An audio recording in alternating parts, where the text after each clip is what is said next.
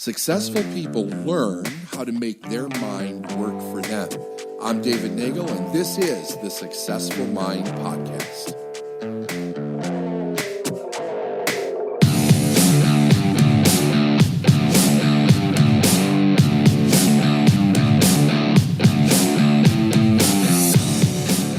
I'm going to give you a little snippet out of chapter 12 from The Science of Getting Rich. Wallace starts off the chapter, he says, you must use your thought as I have directed in the previous chapters. So we've gone over that quite a bit. It's not any different than anything else that I've been teaching since we started this. So I think we have a good idea of how we need to use our thought, how we need to direct it. He says, you must begin to do what you can do where you are, and you must do all that you can do where you are. Well, I think, one of the greatest lessons that I learned that kind of brought things together for me was the idea that most people don't know where to start in their own progress. Because they don't know where they are. They don't have a reference as to really understand where they are in their progress or even in their failure, if that's what it is that they're experiencing. But when you start to understand where you are, the next crucial key is to begin at that place and not try to start someplace that you're not, because that will inevitably lead to a huge setback. You must begin to do what you can where you are. And you must do all that you can do where you are. You can advance only by being larger than your present place. And no person is larger than their present place who leaves undone any of the work pertaining to that place. You have to really give some consideration to this, because if there's anything that's true, people want to skip stuff all the time, especially if they don't like it. And we all want the result. I've never met anybody that didn't want the result. The problem is, are you willing to become the person who gets that result? They just want to do, there's like, just tell me what to do. Just give me this one thing to do, or this system, or whatever. And it's like, no, it's about literally becoming that person. And no person is larger than his present place who leaves undone any of the work pertaining to that place. The world is advanced only by those who more than fill their present places. If no one quite filled his present place, there would be a backsliding in everything.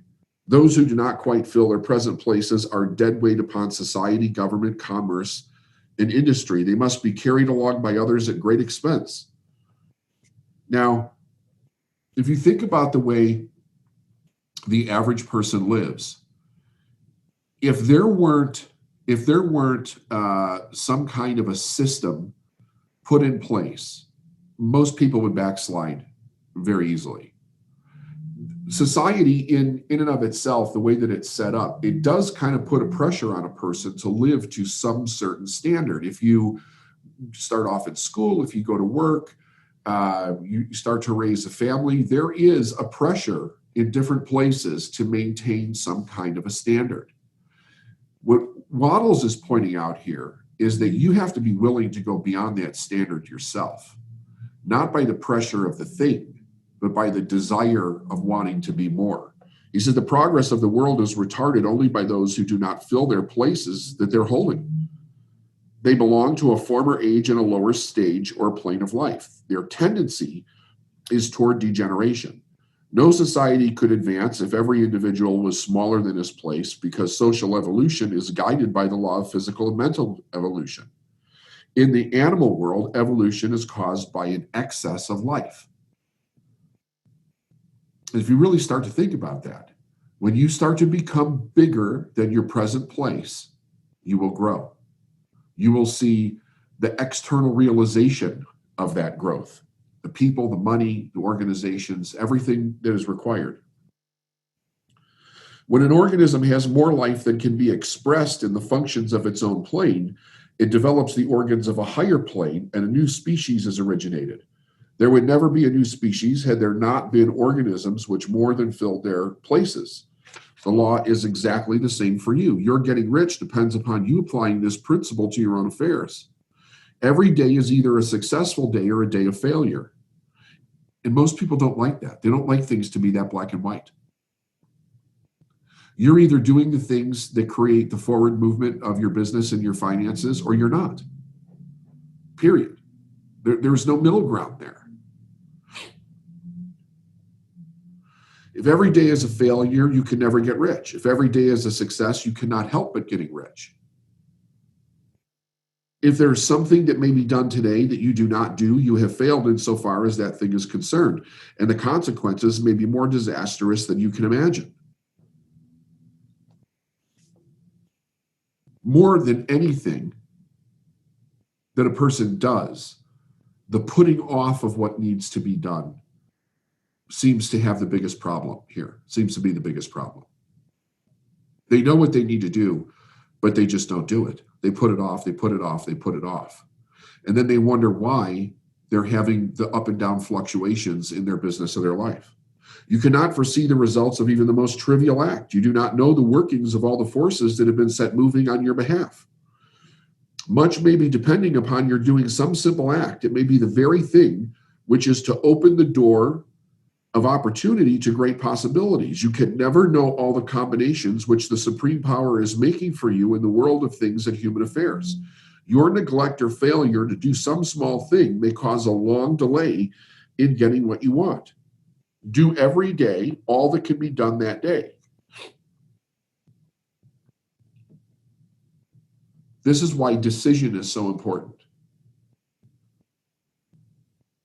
You know, when you build an image and you start to move toward the thing that you want, it starts moving toward you at the same time. And then there's opportunities to do things. And when you don't take advantage of those opportunities, it's a big problem. Do every day all that can be done that day. There is, however, a limitation or qualification that you must take into account. You are not to overwork or rush blindly into your business in the effort to do the greatest possible number of things in the shortest possible time. You're not to try to do tomorrow's work today or to do a week's work in a day. It is really not the number of things that you do, but the efficiency of which separate action that accounts. Every act is in itself either effective or ineffective. Every ineffective act is failure. And if you spend your life doing ineffective acts, your whole life will be a failure. The more things that you do, the worse for you, if all of your acts are ineffective ones. On the other hand, if every effective act is a success in itself, and if every act of your life is an effective one, your whole life must be a success. The cause of failure is doing too many things in an ineffective manner and not doing enough things in an effective manner. You will see that it's a self-evident proposition that if you do not do any ineffective acts, and if you do a sufficient number of effective acts, you'll become rich. Cause and effect. Cause and effect. And the repetition makes you better. As long as you've got some observation there, right? The repetition of those acts makes you better. When I realized that the foundation of everything that I was going to do in business came down to mastering sales, I put all of my mind and effort and time into mastering that skill. Thousands and thousands and thousands of conversations over the years.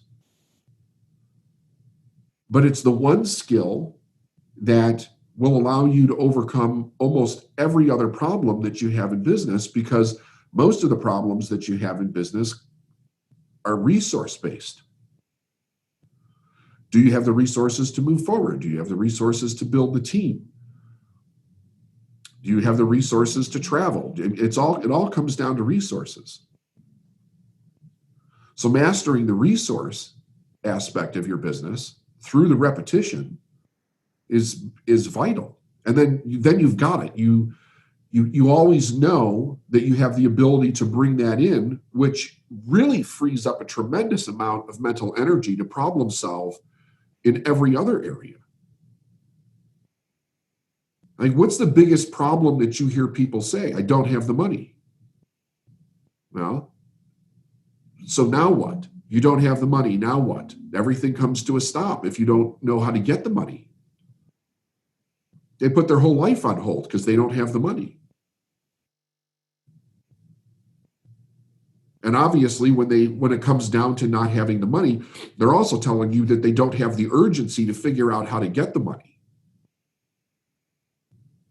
However, they will always find the money if there's a desperate urgency that shows up in their life.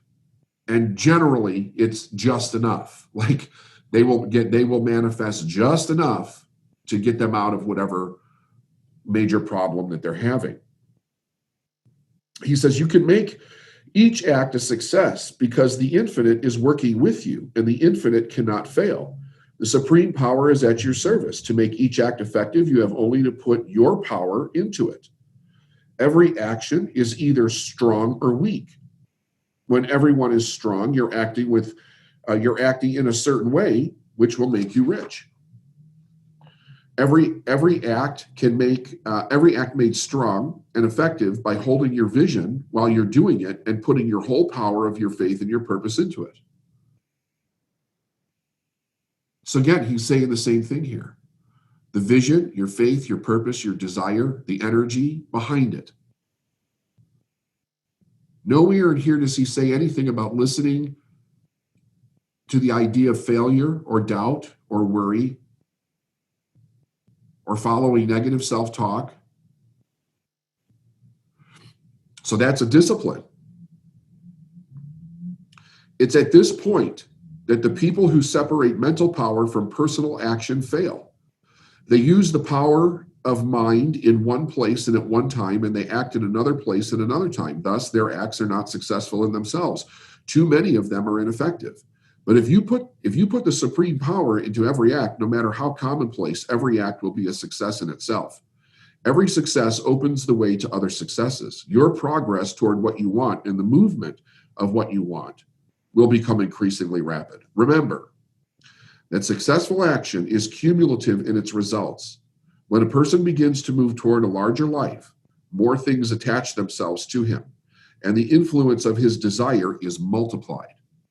This is because the desire for life is inherent in all things. All right, remember that.